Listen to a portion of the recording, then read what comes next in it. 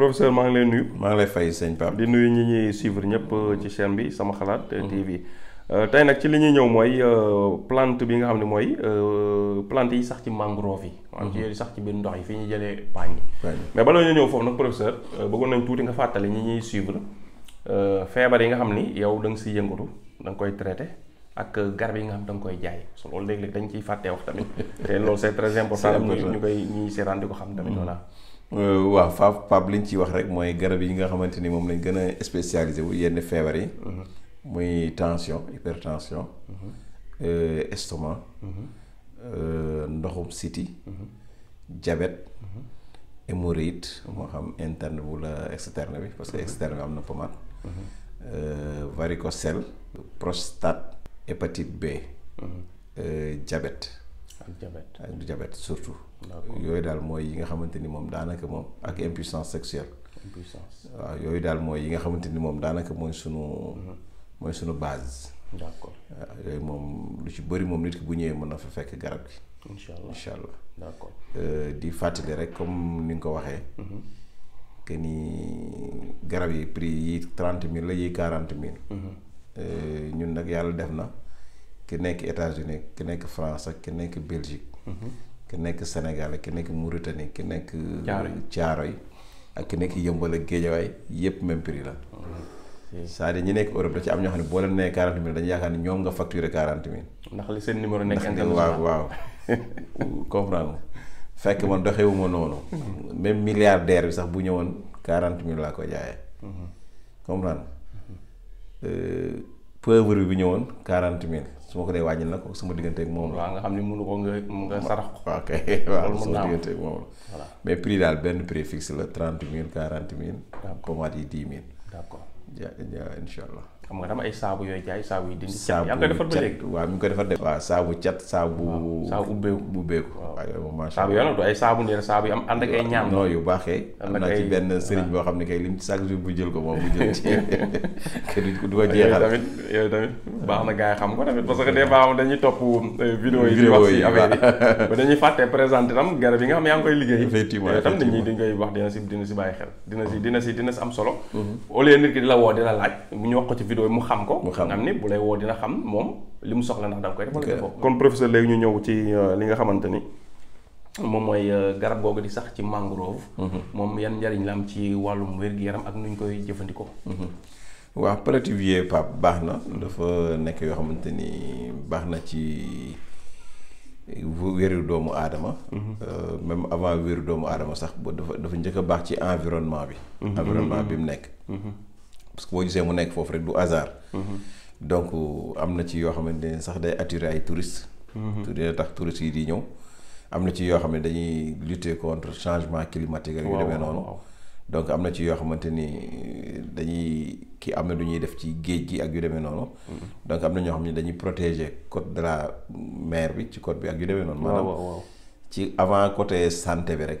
ñoom am na lu ñuy njëkk a defar foofu. environnement waaw.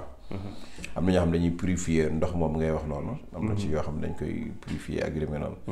mais mu dafa nekk garab goo xamante ni garab yoo xam ne Pape dañuy wax dañuy baax ci lu ci bëri ay infection cutanée. infection cutanée mooy infection yoo xam ne soit góom lay nekk. ci dara waaw wala mu nekk infection urinaire wala yu demee noonu ñi nga xam ne ci wàllu sëy sexe. donc yooyu tamit da ciy baaxaale en général. d'accord donc baax na ci trop baax na ci tamit ci ñi nga xamante ni dañuy am problème ay douleur articulaire maanaam yex yoo xamante ni wala articulation. yoo xam ne day metti ñoom it buñ koy jël rek yàlla mën na leen saafara ci loolu. am na ci ñoo xam ne day indi ay anti-inflammatoire la. maanaam lépp loo xam ne douleur la métti la. suñuy jël ki Plativier yooyu mën nañ koy utiliser. métti yooyu mën na wàññeeku seen yaram bu baax a baax. am na ci yoo xam ne les troubles digestifs nga xamante ni problème mu biir la ñuy am. bu ñu lekkee du rees wala muy ballonné wala yu demee noonu. donc aussi genre garab yooyu Plativier yooyu baax na ci. mais aussi antibactérien la moom it aussi day xeex lépp loo xamante ni ay bactéries la ak yu demee noonu. donc yooyu it moom baax na ci. donc bu ko defee yooyu mooy njëriñ yi nga xamante ni daal indi woon nañ ko ci Plativier. mais nag en général comme ni ñu ko waxee woon ci vidéo ba lay passé. dafay nekk loo xamante ni ñun farataaluñ ko. farataaluñ ko xaw xamuñu ko tamit bon xëy na tam li muy nekk ci yenn zone comme ay Casamance ak côté je crois Fatick yooyu. waaw je crois mangrove yi foofu lay gën a bare quoi peut-être xëy na tamit loolu mooy tax. mais lu ci am solo rek mooy tamit lu mu am njëriñ. comme ni nga ko waxee rek sànq. lu mu am njëriñ tamit bu fekkee nit ki mën ko utiliser tamit yeneen plante yi ñuy def nii parfois.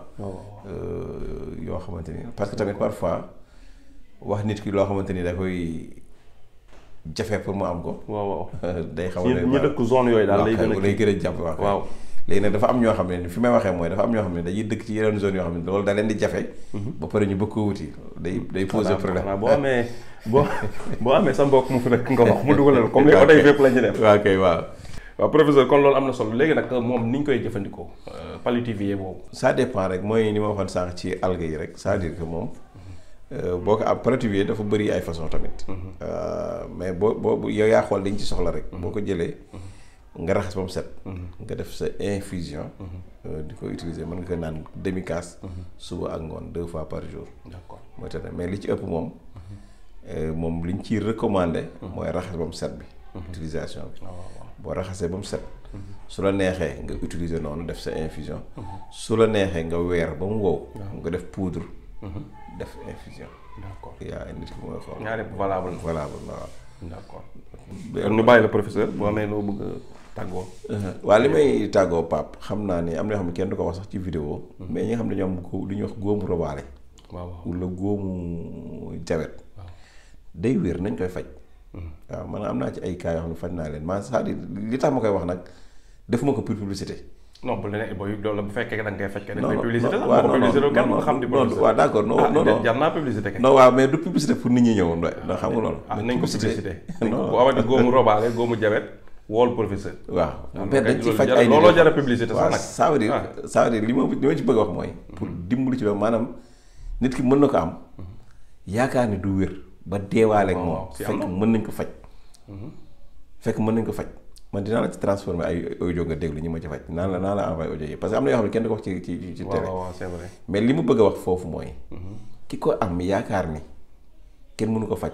te loolu bu ko bàyyee mën day rey doomu. mu defe ne da ko war a deewaale daal da ko war a deewaale waa kay. kooku nag boo foofu laa waxee du ko yëpp. waaw léegi waaw publicité baax la kay loolu. léegi nag loolu laa wax ne dañ koy faj. donc ñu koy am nañu bañ a gëm ni rek. góomu robaale rek dañ leen war a robaale. mais terme boobu ñu ci dugal nag. mooy problème bi waaw kay robaale nga am góom ñu leen góom bi maanaam da nga koy deewaale.